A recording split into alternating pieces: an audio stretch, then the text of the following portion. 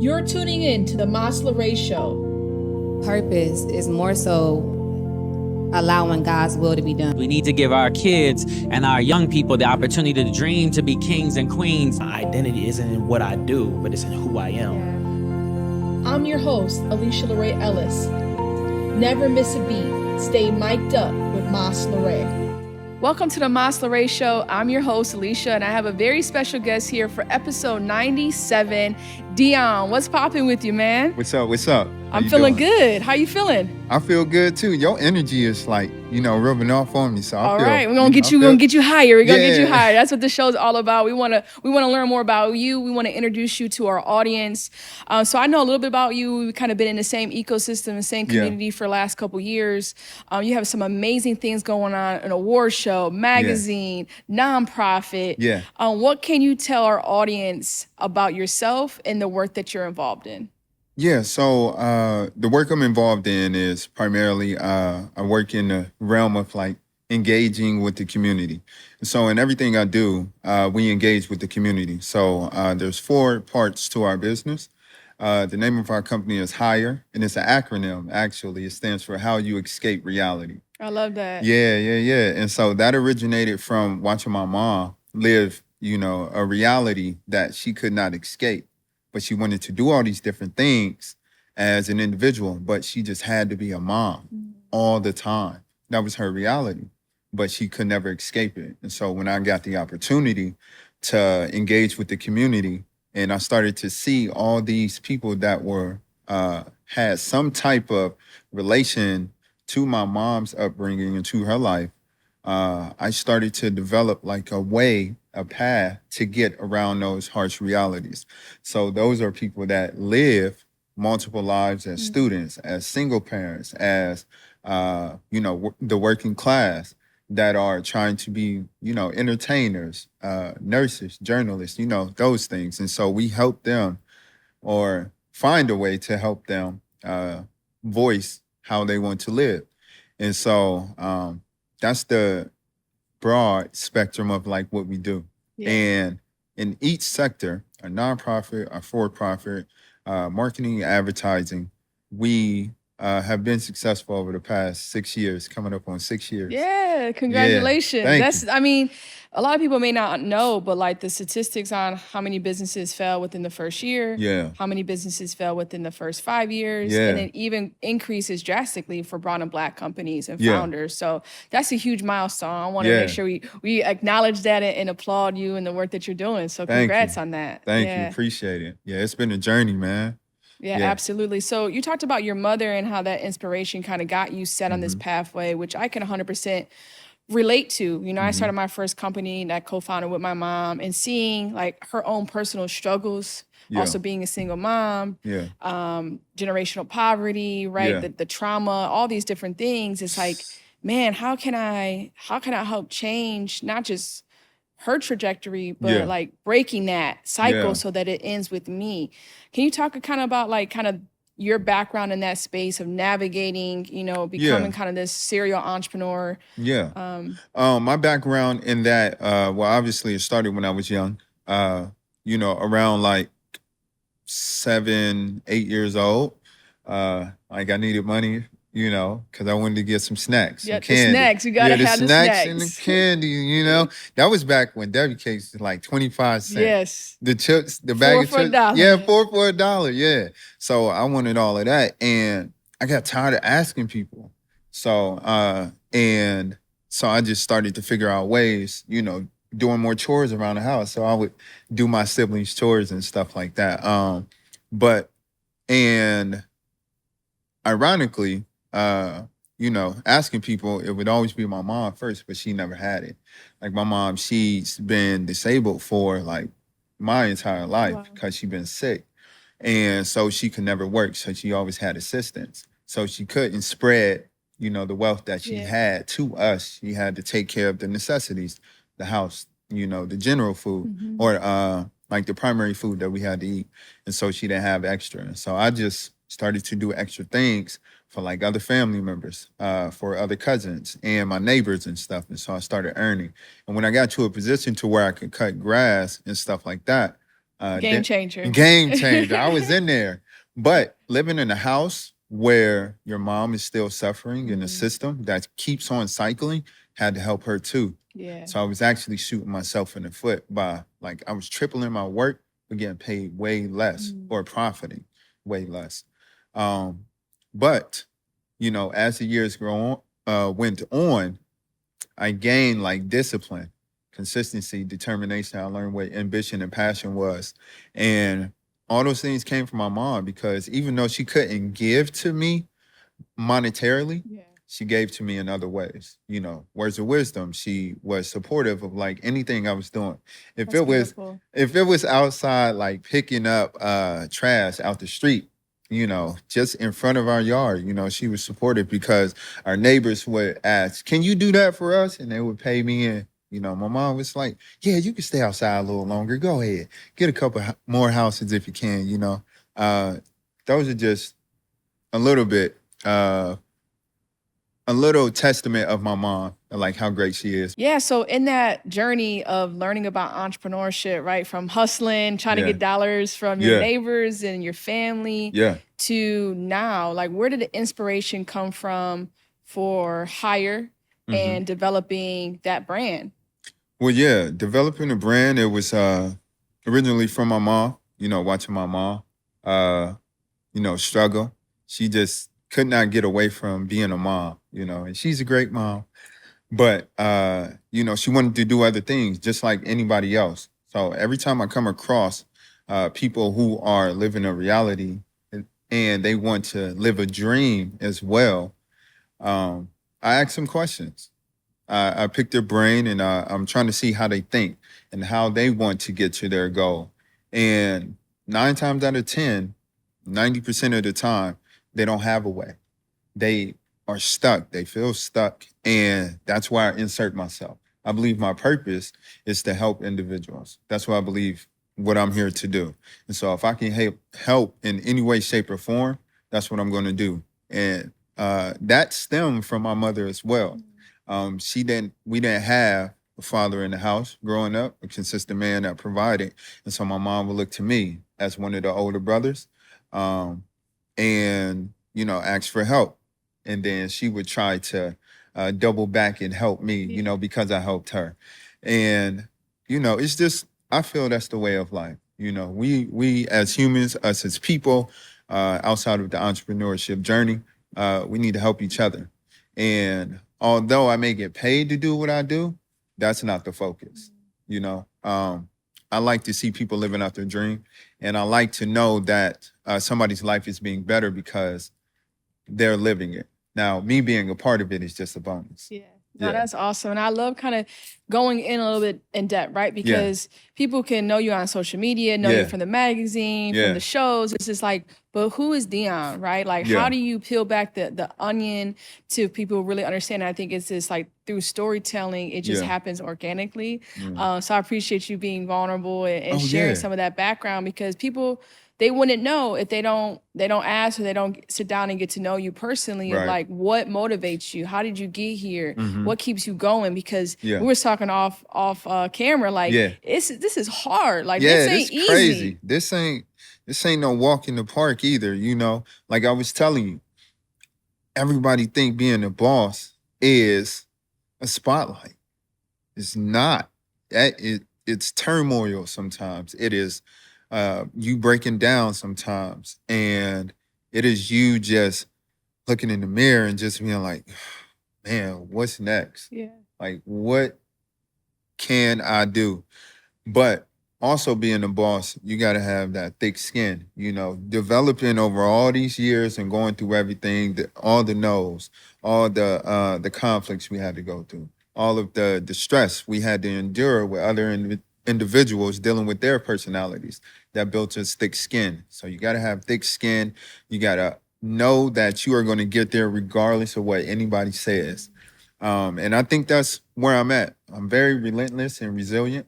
No is just basically saying there's another way. Basically. And you know well as I know that we're going to find a way. You know, as entrepreneurs, we can get anything done. But outside of being an entrepreneur, we're creative. We're very innovative. And when I have the opportunity to be creative and show how innovative I can be, I'll go all out. Yeah. I'll go all out. So Especially if you committed to it and you really yes. see the vision. Yeah. And that's why I love like connecting with other creative minds. It's Yeah. like the sky is beyond the limit. Right. You know, and so being able to connect and then learn how to collaborate and work together and co-create. Yeah. It's really this magical thing that we're seeing on some of the work that we've been doing and helping like cast a vision, especially in a city like Cleveland, where it's so much of like the bottom of the barrel mentality, and that survivor's remorse even, and like I got to get it by any means necessary. So like shifting that out of that like scarcity survival mindset into like, no, there's enough for all of us to eat, all of us to win. But sometimes you have to be a pioneer because you can't expect people to see what you see. Like sometimes I'll be talking and when I start using my hands like this, like I'm trying to paint this picture I have in my head so you can understand this vision. And people sometimes you just get like a deer in headlights, like I ain't feeling it. But I feel like the hindsight of that is 2 or 3 years later, you circle back with those people and they're like, wow, Alysha, damn, every you did time. it. Wow, like how could I be a part now, right? And so like learning not to be offended by people who don't see it, because the ones that it's for early on, they'll be a part. They'll be early adapters. And the ones that kind of got to see it as it gets built, they'll come on board. And the ones that have to see it when it's already finished, right? So like being able to categorize people when you talk about your vision and your goals, because it's not for everyone and it's a uphill battle for sure. And the thing I want to touch on, I'm piggyback off of that, is some of those people may be the closest ones to you. Yes. Which is crazy. Yes. The closest people to you, like my friends became my family, like immediately. And it was hard for me to understand that and grasp that and accept it so early on. Because, you know, for example, my mother, watching your mom go through something and struggle her whole life, and then you start making something, and now you making money and you start to see a profit, and then she not getting the vision, she just, you know, it's tough. It just lets you know that nobody gonna believe in it as much as you. And so when you say categorize people, that's all I've been doing.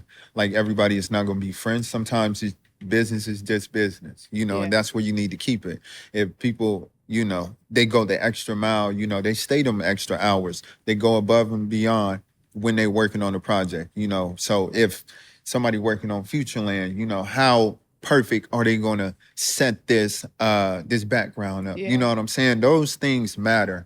And I think those are what set people apart when it comes to working with people in business. And I think that's what set me apart when I've been working with people in business, because they notice how intricate and how focused and how close I want to be to perfection. It's almost like the Kobe Bryant mentality. Like you gotta be, you know, don't say I'm like Mike. I'm better than Mike. Right. You know, that's the type of mind I have. Yeah, and that's a get up every day mindset, right? That's like, and I feel like, and we were talking about this, like sometimes people just they don't understand. It's not that they don't want to support you. It's like they have their own fear, they have their own trauma, they have their own things that they're working through that is like literally prohibiting them from catching the heat. Like, because even this conversation, you can feel the synergy, right? And you're talking about creation and visions and creating something that's revolutionary, right? I was looking at your site and it's like, okay, if people are so used to just like being told what to do, because that's most of 9-to-5 jobs are, or whatever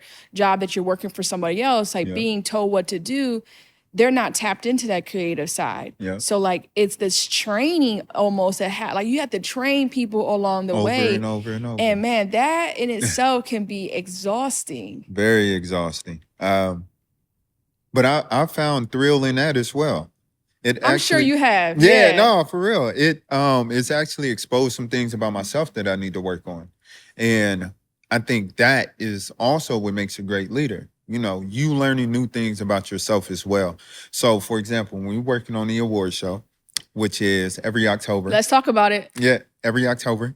When we're working on the award show, I experience all new different types of people. We hire like third party and contractors to work on like the decor and all of like the promotion and stuff. And everybody's different. You know, you can't teach one person the same way as you talk to somebody Yeah. else. And they always expose like different things about me, like, hey, I need to change my tone talking to them like this, or I can't say it like this, or I need to break it down multiple times, just because that's their way of learning. Everybody's not visual. Some people need to hear it. Everybody, they need to see it. So that's the thing. Yeah, I was gonna ask you, like, how do you navigate relationships? Because Ooh. we're talking about fundraising. It's Yeah. a priority. We're talking about, okay, you need talent to put on the magazine. Yeah. You need staff, sponsorships. You're doing events. You're hosting. Who do you nominate for the award? So it's like Yeah. all of these relationships. Yeah. And people, we're not easy. No. So how do you navigate kind of this ethos of relationships and personalities? Well, it's a very complex way. That's a great question. I Yeah. don't think I've ever been asked that. Navigating through relationships is complex because on one end, I want to be myself 100% Yeah. all the time to everybody. But on the other end, everybody don't deserve you. So I got to give you 10% and see what you do with that. And so I'm always treading that line of like how to be. In business, it's 10%, but it's 100% of business. 10% personal, 100% business. So we going to fill out all these documents, but I'm going to smile and shake your hand and, talk to you as like a human and treat you with respect until, you give me a reason to change. And so outside of that, I take what people give me back. And so if they can recognize that they're only getting like the business side, then they're giving me the business. That's what our relationship is. If you call me outside of business and, hey, I need help with my car. Oh, I'm a good person. You felt that. It's, I'm going to come help you. Now I'm showing you. You know what I'm saying? Yeah. And then it keeps switching. And that's how it's been going with relationships. When people recognize and they feel that you're a genuine good person, I think people go outside of their ways to jump and take that leap to see, can I add another person or can I add value to this person?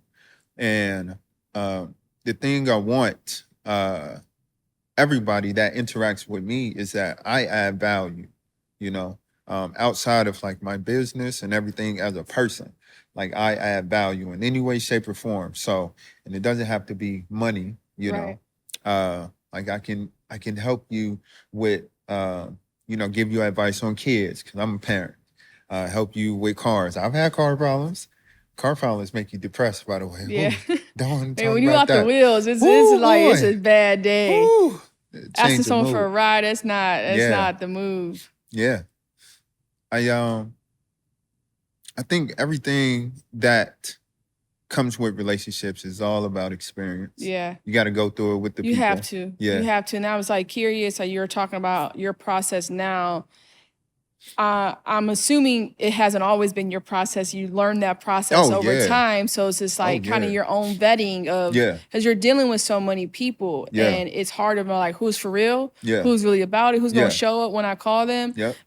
who's going to like not show up when they already Man. have something appointed with me. Man. And like, it's just knowing, and I've had to put in my own like kind of like processes just to kind of Yeah. vet people and understand, because you in this kind of line of work you meet so many people and everybody most of the time comes with you with a smile and they're Every like they're time. ready to go. 10 out of 10. Yeah. 10 out of 10 times. They come at you with a smile. They're like, hey, how you doing? It's like the first interview you do on the job. Hey, how you doing? My name's I John. love this job. I love it. Yeah, I read about your company. Yeah, you guys are good. Seeing you on the commercial and everything. And then when you get into the job, it's like, I got to do that right now. Yeah. It's like you signed up for these expectations. You got the job at the beginning. Nothing changed. And that's how it is with me. I know for a lot of serious entrepreneurs who take their business serious, who do the documentation, who's serious with the taxes, cross their I or cross their T's, dot their I's. They take everything serious and they give it to them up front. And then we start to see who people really are once they actually get into the role.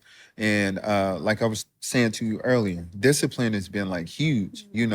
I learned early on, when you aren't motivated, just stay consistent. When you aren't motivated, stay consistent. Your consistency will bring back the motivation. Jim Jones said that as well. So shout out to Jim Jones. Jim Jones. Yeah. But being disciplined and doing the work even when you don't want to sets you apart from so many people. Yeah. Yeah.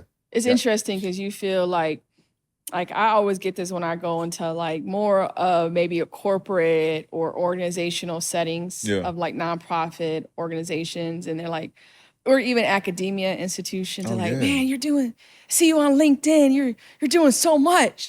And they're like, they say it's like, is it a compliment? Yeah. Or are you scared? Like, it's kind of like, what are you like, oh man, you're doing so much. But it's just like it's hard for people to track, especially if they're so used to like their routine and like, this is what they do every single day. What I do every single day is different. Yeah. What I did today is going to be different than what I do tomorrow. And like the freedom that comes with entrepreneurship in its own way, which is what I feel like almost 10 years in, it's like, this is finally where you're able to say, oh, I'm able to say no to things. Like, this is what I worked for. But the first 8 years, I was saying yes to everything. I felt like I had like FOMO before it became a thing. Because if I like said no to the opportunity, like would there be another one? Or would they go and share it with people that I said no? And like, so I said yes to everything. I tried so many different things to the point where it's like, oh, I can't ever do that again. Like that, I'm checking off the box. Like that's not coming back in the DM. But I feel like in these spaces where you are doing a lot and people are like, you're promoting it because we're our biggest promoters. Do you feel like it's challenging for people to track with you,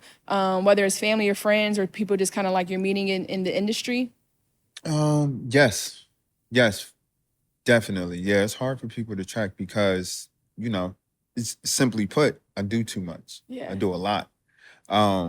And I am at the point to where I can say no comfortably to where I don't feel bad about, saying no, because that gives me peace of mind. Right. And it brings me solace. So tracking, I think people, they do a good job of keeping up with what's going on, but people always want to know, like, what's next? Yeah. I don't know why. Yeah. And they're like also very supportive. Like, they're like, oh, I see all this you're doing. I'm like, oh, you never commented. You never like shared. You ain't shared. You never gave a referral. But like when I see you, be like, man, good golly, you're doing a lot. It's like, what? Like, and I picked that up now more than ever because like I look for the support. Yeah. Like it's important. Yeah. And you can when it's not genuine. True that. For sure. True that. And you look for the support from the people that you want it from. Yeah. You know what I'm saying? It don't always come that way though. Yeah, I know. But what I mean in depth is I will literally look for my family members to share the post, to comment, to like. And I'm like, okay, take note of that. Before, 8-10 years ago, I'm hitting them up. Hey. Group message, like, I need everyone to go. Like, what's going on? Like, come on, family. Now it's just like, okay. But again, like you said, every time you see him, oh, I'm so proud of you. Oh my goodness, your father would be proud of you. Like, oh, you're making the family look good. Yeah. This is for me and my friends, my kids. You know what I'm saying? Y'all had y'all chance to be a part of it. You know what I'm saying? And so I have so many conversations with people outside of family where we share the same thing. And I'm touching on another subject, and you might be familiar with this as well. All of my circles are like based on like our conversations start off with like business. It's like, how's business? What can we do to help your business? You need some funding for your business and stuff like that. We don't have like them petty conversations like what's wrong or like what's bad or stuff like that. We still take care of our mental health. We take care of ourselves physically. And sometimes, we have conversations spiritually, but we don't sit around and like, go back and forth about family with family. It's like, oh, okay. Take note of who didn't support. Who's running with you. Yeah, exactly. That's where we are. And it's not easy, but I feel like for me, I've worked through it over the years because it's like, what are you gonna do? Like sit there and pout and beg people to support you? It's just like, it goes back to my mindset of like, what's for you is for you. For sure. And you're gonna attract that. Well, I mentioned we like to play different games on the show. I learned that you have a comedy talent. So I want to try to put you on the spot here Oh to my see like if you goodness. will release your talent to the world Okay. and doing some impersonations. Impersonation. Oh man. Are Of you who? game? Of who? Yeah, I'm Okay, game. I got a couple people, all right? So I'm gonna Okay. throw out some names and you're gonna try to give us your best impersonation. Oh, this might be bad. All right? All right, first one up is LeBron James. Braun. Okay. Yo, so right now maybe I'll set the context. Okay. Press conference, you know, LeBron, they just won. How you coming? How I feel about that is like I know we made some plays. We made some plays and they made some plays. And you know, everybody's making plays. And I feel like if we made one more extra play, like they wouldn't have made the play. But yeah, they're a good team. They're a good team. You know, everybody's you know, a championship team, and I know I'm a champion. You know, I'm called the GOAT right now, but I don't feel like it. But yeah, I feel like we just need to make one more play. Yeah. Next question. All right, that's good. All right, I got Kevin Hart. Yeah, see, here's the thing, okay? What I want you to know is that, all right, don't make me laugh. Don't make me laugh. Hold on. True story, okay? This on film? This on TV? You recording this? Okay, all right. Okay, I got it. All right. So what was we talking about? Hey, yep, got it. Yeah, we doing an interview, people. Where's the audience? Okay? She knew I was coming. I want y'all to know she knew I was coming. There's no audience, okay? So what I want to say is business is business, right? When you get the money, you got to spend it. Hey! That's all I want to say. Got you. Yep. Oh my God. We should have saved that one for last. I feel like you do Kevin Hart. People, you do that often? Yeah, see, here's the thing. People see me and they be like, do the thing. And I'll be like, what you talking about? That's what I say. That's my face when I do it. What you talking about? And they say, do the thing. And I'm like, okay, right now? You want me to do it right now? Like in this moment? And they're like, yeah. And I'm like, okay, all right, I heard you first time. You ain't got to yell. And so I do the thing and then they walk away and then they hit me up and it's like, can you send me a video? No, I'm not about to record myself doing this and send you a video. Look me up. Google me. I'm on there. Oh my God. All right, we got Obama. Yeah, so I was just talking to Michelle and Sasha, and we went downtown, and I had to say some things. Everybody know I'm number 44, and I don't have much to say about Biden, so don't ask. And Michelle, when she came out, she said, Beyonce's on the line for you. I told Michelle that I didn't want to speak to her because I'm busy trying to pick up the pieces of Biden. So, yeah, I don't want to shoot myself in the foot, but I'm about to go get a drink. I'm no longer president. Oh, I've been working on Obama since Obama got in man. office. He's a tough character. He's a tough character. But Kevin Hart, Mike Epps, like a lot of people in comedy, like I've been a TV fan for like ever, like TV shows. So what actor would you pick? Man, it would be Kevin Hart. Kevin Hart. Kevin Hart is one. Mike Epps, Day, the Friday series. Yes, that's classic. Yep. Even Jamie Foxx. Jamie Foxx? Jamie Foxx on the Jamie Foxx show. Yeah, his characters, Tyrone Coppola. Have you ever seen? Jamie Foxx, the show? Yeah. Okay, Classic. you remember the newscaster, Tyrone Coppola? No. With the curly. I'm Tyrone Coppola and Yes. it's all good. Today's news story is hookers, occupation or hobby.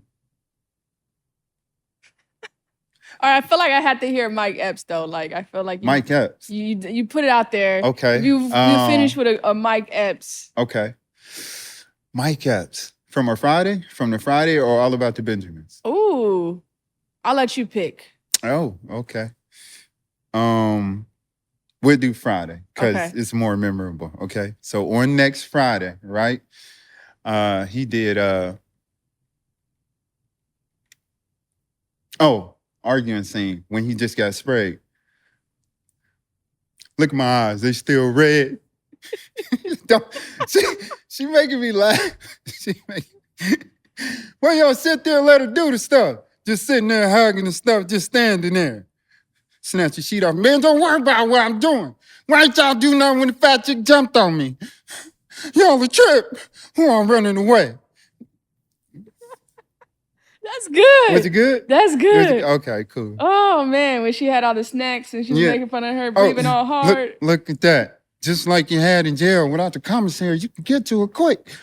Oh, taste it, baby D. Taste it. Your cousin good, Craig.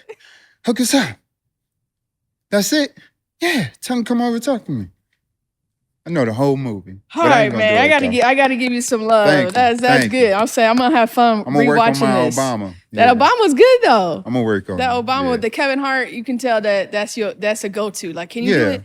Can you do that, Kevin Hart? So when you have family, like cookouts, stuff like that. Like, when's the most time people would like try to get you on to? It's actually it would be at my award show. Okay. When I get to like jump into all these different personalities and try my characters out. At my award show, which is coming up in October. Yes, okay, let's get to it because that's my next question after we got to this part. But why don't you go ahead and share about the award show, the name, the meeting, when it is, and how you kind of came about it? Yeah, the award show every October. We started the business in October, 6 years ago. And so we have the award show in October to have like a celebratory anniversary type celebration. And our award show is special because we focus on the people in the community. We don't have like, A-list celebrities. We have local celebrities. And to give you an example of somebody that would come to our show that's so grounded, but they have like a good status is like Machine Gun Kelly. Yeah. Now, I'm not saying that MGK has been to our show. Not yet. Not yet. That's right. Not yet. We're going to send him an invite. But, we have people of that status that have like, such a great presence in the field of or line of work that they do, but they come back and they support the community by coming to our show. And it's great to see people there that want to see us be successful and to see our award show become something substantial to where other people can, gravitate around it, to where it can become bigger than, anything I've ever imagined. And I believe that's where we're on the track to doing right now. It's growing. We have like serial entrepreneurs involved, serial influencers. We have like artists that are on the rise. It's amazing to see something like actually working after putting in your 10,000 hours of mastery and, seeing something like become profitable after, such a long time. And the award show is like something I look forward to every year. I bet it's such high energy. I can't wait to attend. Yeah. So how do you guys pick like the folks that receive the awards? How is that process? And if people get nominated, do you guys vote? How does that look? Yeah, so people are nominated by our board members in various ways. We don't just have one particular way. We let things kind of just like flow. Okay. And what I mean by that is our board members may recommend somebody. The community may recommend somebody. It may just be somebody on social media doing something so impactful that we have to pay attention. Like we can't ignore it. We'll be like, hey, we need that person. We want them to know about us. So we'll reach out to them and their people. Or it's just, a simple conversation. Mm-hmm. You know what I'm saying? So there's no, right or wrong way people get nominated or selected. But our selection process is different. And I'm glad you asked me this because as big as this is going to be this year, and just to give a little history about last year we couldn't do the award show. And I was heartbroken. Wow. So sad because I just didn't have enough. Right? I had like serious health issues. Like I had like serious heart issues. And I didn't tell nobody up until this year, like last month. I'm like, what was going on?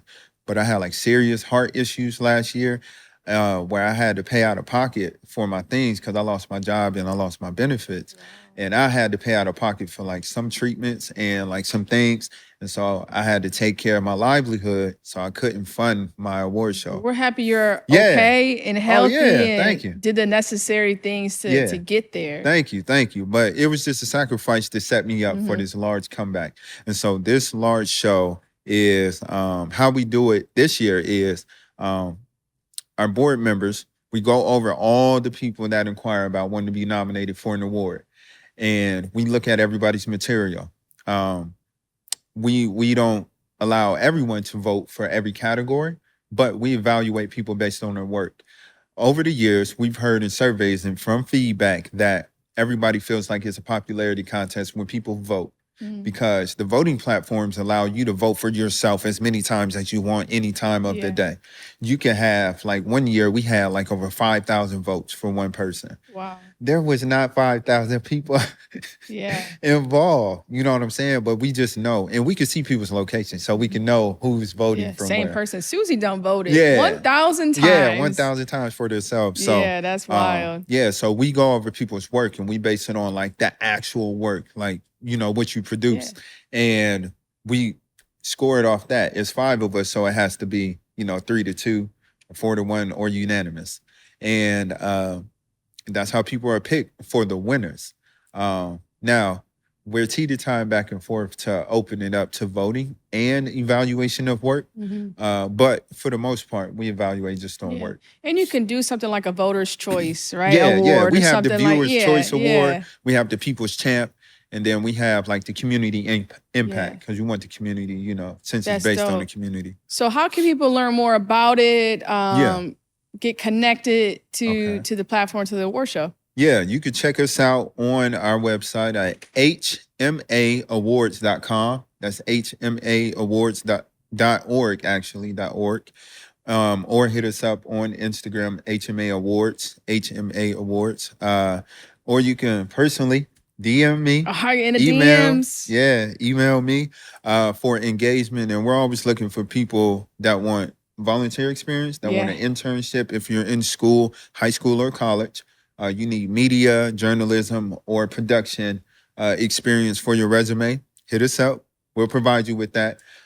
Since we are an established 501c3 nonprofit, we can provide you, credible credits and resume accolades that will be beneficial to your career or, your career path. But outside of that, everyone can, reach out however they see fit. Yeah, that's awesome. Yeah. Congrats on that. Looking forward to October. Thank you. So kind of like wrapping up our time together today, what type of advice could you give anyone in maybe entrepreneurship, business, navigating their own purpose? What type of advice could you give the folks kind of listening and continue to persevere? You talked about how resilient you are as a person, how much you've been through the adversity. Can you share with, kind of some tips that you would give out to some folks? Yeah. A couple that I live by that I feel will work for everybody is stop underestimating yourself. You know who you are. You know what you're capable of. What you're thinking is not by accident. What you feel is not by accident. Everything that's going on in your world, utilize it. Whether it's good or bad, utilize it as energy to fuel you to be your full, to be 100% you. And whoever you want to be that person. You know what I'm saying? Stop trying to be someone else. Don't look at everybody else. Don't look at everything else. Look at you, say you're going to do this, and be that. It's that simple. Everybody makes it more complicated than it is. Over the past 17 years, I've been successful because once I say I'm doing something, I'm going to make sure I do it. Nobody stops me. Not family, not my mom, not police, not the government, not a president, not competitors. Nobody. I don't care who. You locked in. I'm locked in. It's exactly like Kobe Bryant. It's like LeBron. It's like Kyrie. It's like MJ. Michael Jackson and Michael Jordan. You know what I'm saying? Once I say I'm going to do something, I'm going to do it. And that's who I am. because I know who I am. And another piece of advice is do the work. You know, everybody is scared to do the work. You know, there's a lot of people that don't like to get their hands dirty. They don't like to work with other people. You know, they don't like to mend relationships. Sometimes getting further in business, you have to work with people you don't like. You know what I'm saying? Yeah. People not doing the work Yeah, it's out true. here. And what I mean by that, to go in depth just a little bit, because I know we're about to wrap up, is there are so many people in the same field as other individuals, nurses, estheticians, lash artists, hairstylists, photographers, and stuff like that. Get a website, do your documentation, get your taxes together, pay your taxes quarterly. Doing all of that sets you apart from everybody else because everybody don't want to do the work. My mentor told me, do you want to be a good boss or do you want to be a great leader? You know, a great leader does all those things and he doesn't complain about it. Yeah. You know, That's good. Yeah. That's good. So I had this question asked to me last week. Yeah. If you were on a park bench Yeah. and the person sitting next to you was your 18-year-old self, what would you tell him? Invest in Uber. Ooh. Invest in Uber. He went straight for the investment. Yes. I love that. Yes, invest in Uber. No, but I would still say that, but I would say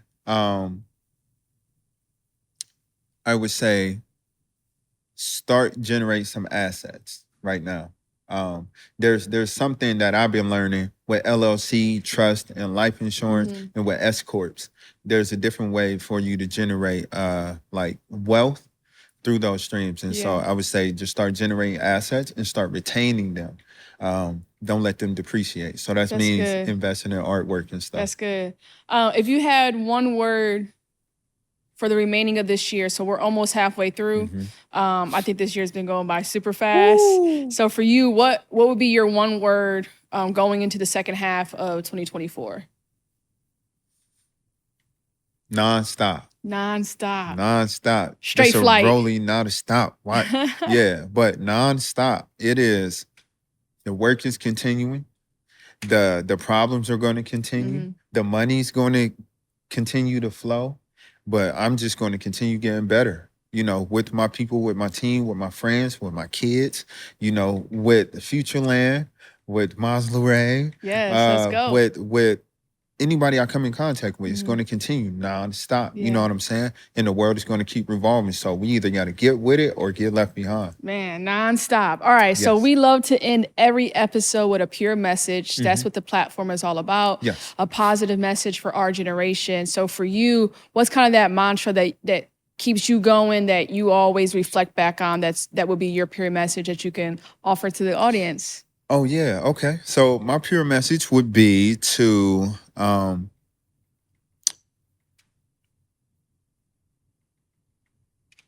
believe. It's hard to believe that things are going to change when everything is against you. It's hard to believe when everything is stacking up those bills. You got to make payment arrangements. It's hard to believe that you have enough money for things and for you to cope. It's hard to believe that you are going to have time to get through things and have the ability to grow past things. But it will happen. It will happen. You just got to believe, okay? Don't focus on tomorrow. Worry about today. Get everything you can done today. Go to bed and then deal with what's on tomorrow's agenda tomorrow, okay? That's my good. message. You guys are here to hear first. Any last things that you'd like to share before we wrap? No, thank you for having me. Yes. I hope to see y'all at the HMA Award Show in October. No, I'm blessed to be here. Thank you. Thank you so much for joining the show. We're so honored to have you share your story with us. And for all of you tuning in, you guys have been mic'd up with Maslow, and we're signing off. So peace. Thank you for tuning into the Maslow Show. You can follow us on all social media at Maslow. That's MASLARAE. You can also check out our website for more behind the scenes content at maslowray.com.